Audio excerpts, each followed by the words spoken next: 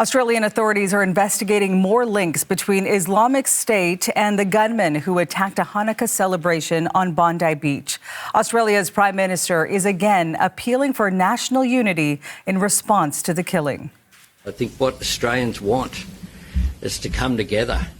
What terrorists seek to do is to create division, is to create conflict, is to undermine social cohesion. At that time, we're a better country than that, and we can't allow their objective to be successful. The memorial for the 15 people killed at Sydney's landmark beach continues to grow. Meanwhile, the state health authority says that 22 wounded are still receiving care in hospitals across Sydney, with 6 in critical but stable condition.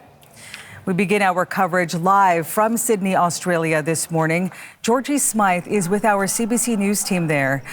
Georgie, you've been speaking with people coming to that memorial that continues to grow. What have you been hearing? Being at this memorial tonight, it really feels like this is a community that is forever changed. Bondi, Australia's most famous beach, is a place where people usually come to relax, to be happy, to go for a swim, spend the whole day here, grab a coffee and maybe dinner afterwards. Right now, it's a focal point for national grief. It's a focal point for difficult conversations about anti-Semitism and gun control.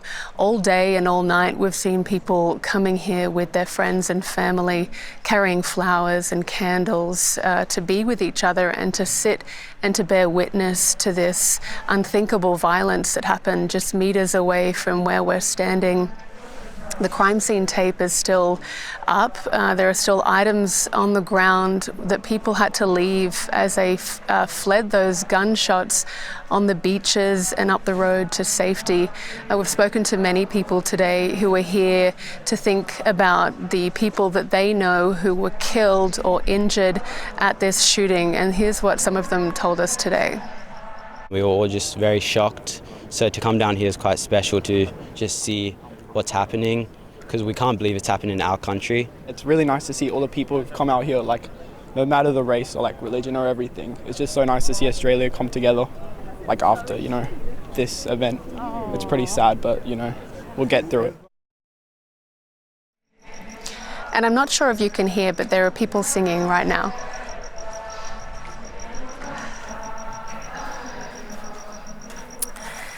It is really moving to see how the community is coming together there in their mourning. In the meantime, though, we know the investigation continues with Australian authorities with an update today. What was the latest there? Yeah, police have told us that they found 2 homemade ISIS flags in the vehicle that was driven to this location by that father and son duo. They continue to believe that this is an ISIS-inspired attack. We also learned today that the pair had travelled to the Philippines in the last month, and the Australian public broadcaster here is reporting that that was for military training. As it goes for the political response, there's been a lot of backlash and criticism at the federal government for not doing more to clamp down on anti-Semitism, and there's also been calls for tighter controls for gun ownership. This is what the Prime Minister said today. The consideration that will take place includes limiting the number of guns an individual can own, the type of guns that are legal, whether gun ownership should require Australian citizenship. And this is the same kind of clampdown that occurred immediately after Australia's most deadly shooting almost 30 years ago.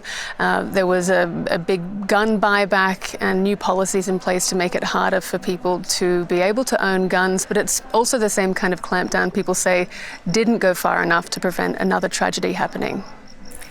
Thanks so much for this, Georgie. That's Georgie Smythe in Sydney, Australia.